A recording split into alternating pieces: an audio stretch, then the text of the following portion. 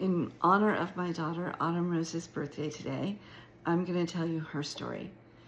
So when she was 1 year old, she only weighed 11 pounds. She was very, very tiny. It was funny because she talked in full sentences and walked at one. And so she would be at the doctor's office or playing on a playground and talking away, but super, super tiny. And people would say, how old is she? Because she didn't seem like she could be doing any of these things. She was so small. And I'd be, oh, she's only 9 months. And they'd be like, what? And then they'd look at their own babies and be like, how come my baby's not doing all of that? And even though she did do some of those things early, not that early. So, and then I'd laugh and say, oh no, she's over a year. And then they would feel much better.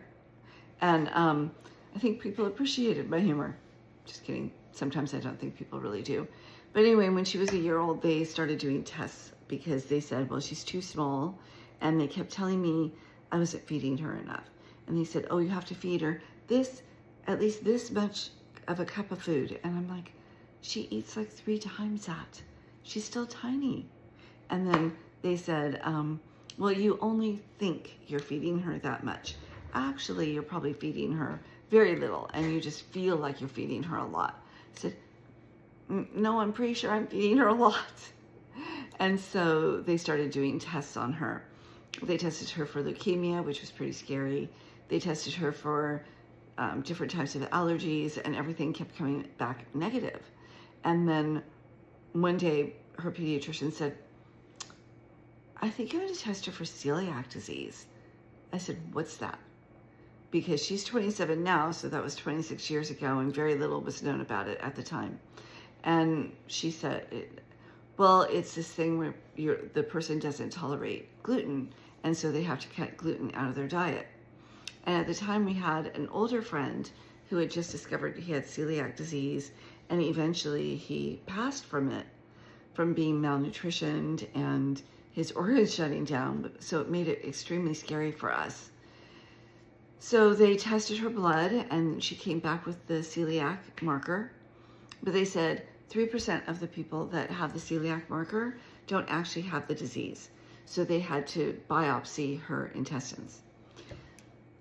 And then we had to wait a month for the results. And during that month, we had to act like she had celiac and make sure she had no gluten, which was very difficult to do, especially when we were around church people and different things and around other children, because they would want to share their food and people would offer her food.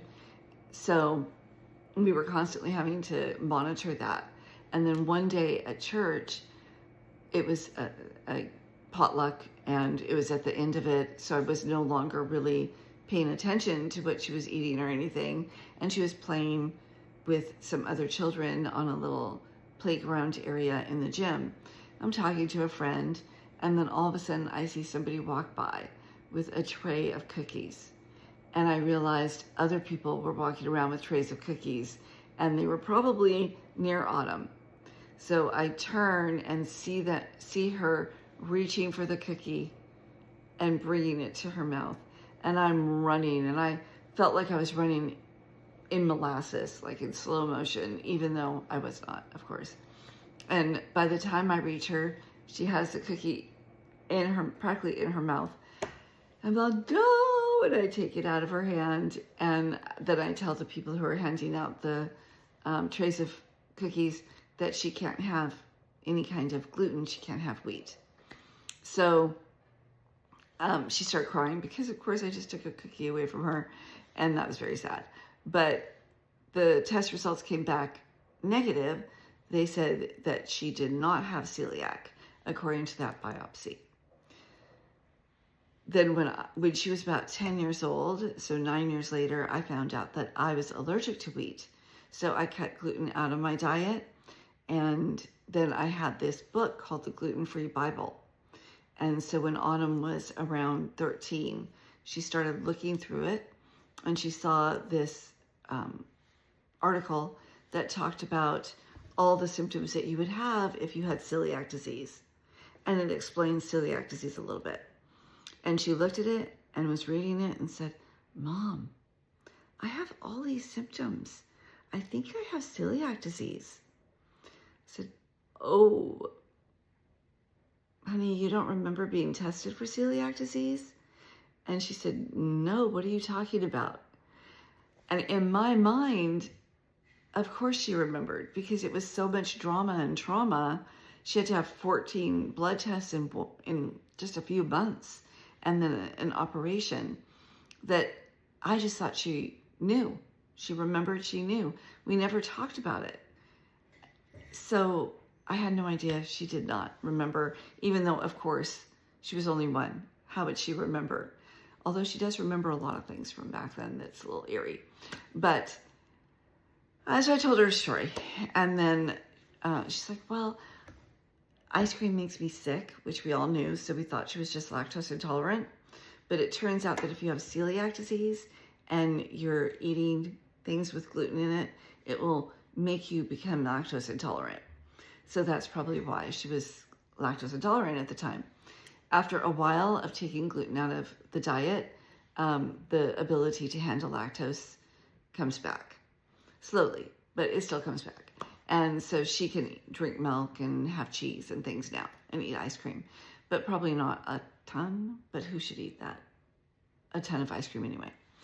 So then after that, we had to figure out how to remake all of our meals.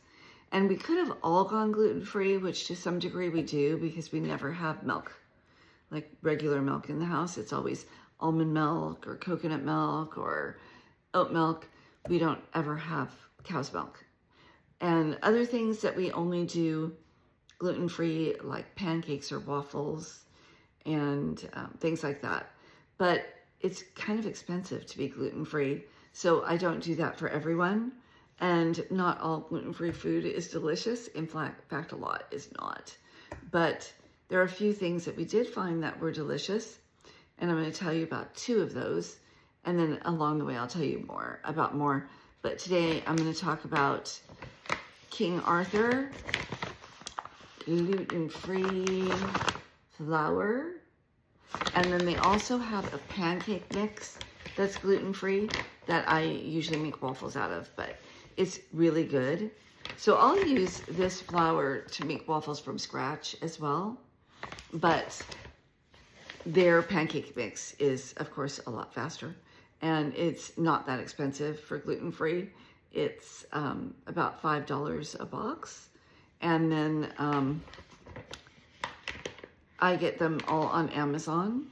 And that way, if there's something I don't like or it doesn't work for me, I can send it back. Now, perishables, not so much. The boxes of pancake mix would have to be unopened. So that would be a problem. How could you try it and then say, oh, I don't like it, and then send it back because it would be opened? But it's still worth giving it a try if you have been wanting to go gluten-free, or you know somebody that needs to be gluten-free, or you suspect celiac, then these are things that you can try. Also, one of my daughters has polycystic ovarian, it's PCOS syndrome. There we go.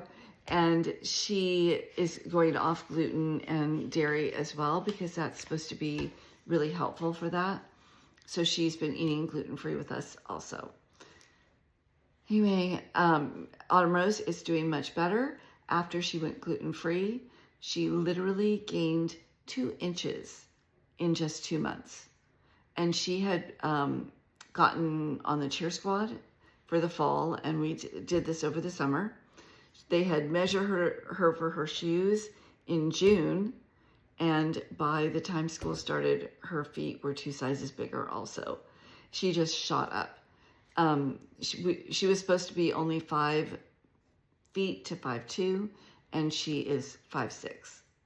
So going gluten-free and has really, really helped her. She's still tiny, she's still very thin, but she does eat a lot. That is probably why she wasn't gaining weight, because her body was just sending things right through her.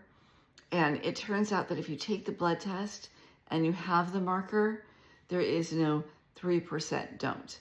If you have that marker, you have celiac disease. Anyway, I hope you have a good My Autumn Roses birthday. Bye.